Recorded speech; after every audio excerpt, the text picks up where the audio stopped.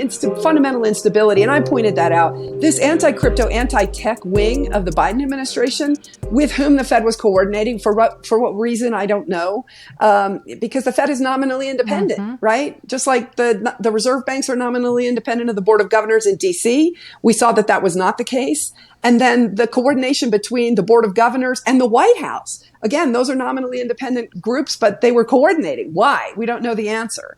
But it will ultimately all come out, I'm sure. And it's this big anti-crypto crackdown. But here's the punchline on this point.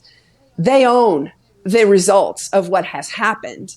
And I think they underestimated just how unstable the underlying banking system was. And by starting the crypto crackdown and proverbially shooting the crypto-friendly banks and the most tech-forward banks that they wanted to bring to heel because they were bucking the federal bank regulators a little bit, including Silicon Valley Bank. They wanted to bring these banks to heel. Well, look at the damage they've wrought. They own it. Yeah.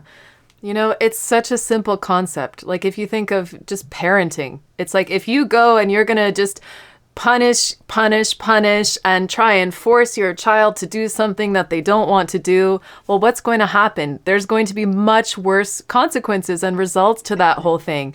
If you just let things go, things kind of balance out, and that's what's called the market, right?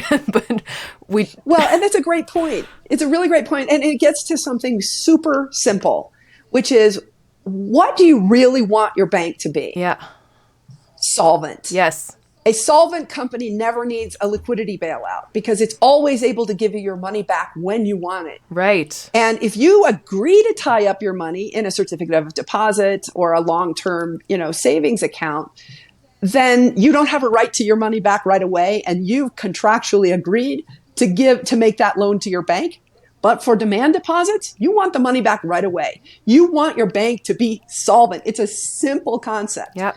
And instead, what we have is bank regulators that are off focusing on a bunch of other stuff. They took their eye off the ball. Again, I think it's funny that, and it's sad, it's unfortunate, that the Fed was spending so much time shooting a bazooka at a bunny rabbit, Custodia, which was not even taking external deposits, while it should have been focused on the solvency of the banking system as a whole. Well, I think the question that I would ask myself and that people might want to ask themselves out there is, why is it then that Custodia has this business model, which is going to be a solvent bank, which for every dollar you have $1.08 to back it. And it's actually a model that looks like, to me, it would be safe and secure and stable and reliable and all the rest that, the government and the Fed and all those institutions claim that the financial system is, but it's really not. Why would Correct. they not want Custodia to operate? Why would they block it? And why do they see a bunny as something that needs to be shot at with a bazooka? It's a very good question. I don't have the answer. Eventually, it will all come out. There's one other fact that I can add to the equation, sure. which is that Custodia was granted a patent in July of last year for effectively a bank-issued stablecoin, the tokenization of a bank deposit, a U.S. bank taking in a U.S. dollar deposit and turning around and issuing a token for that product.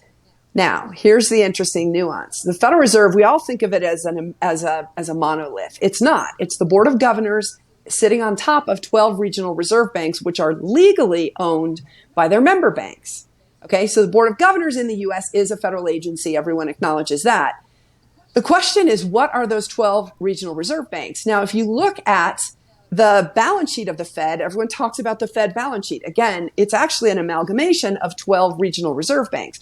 The board in DC doesn't have balance sheet. The balance sheet of the Fed is actually in those 12 regional reserve banks. Each one of them added up to comprise the entire Fed balance sheet when it reports in aggregate. The money gets issued by the 12 regional reserve banks. And here's the punchline. If they are private entities, they are subject to patents. And Custodia has the patent on the tokenization of a bank deposit. Is that a blocker for the Fed issuing a central bank digital currency?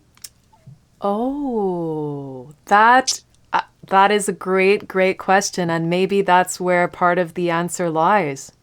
Because to me, all of this goes back to CBDC And, that is kind of the path that most countries in the world are on, right?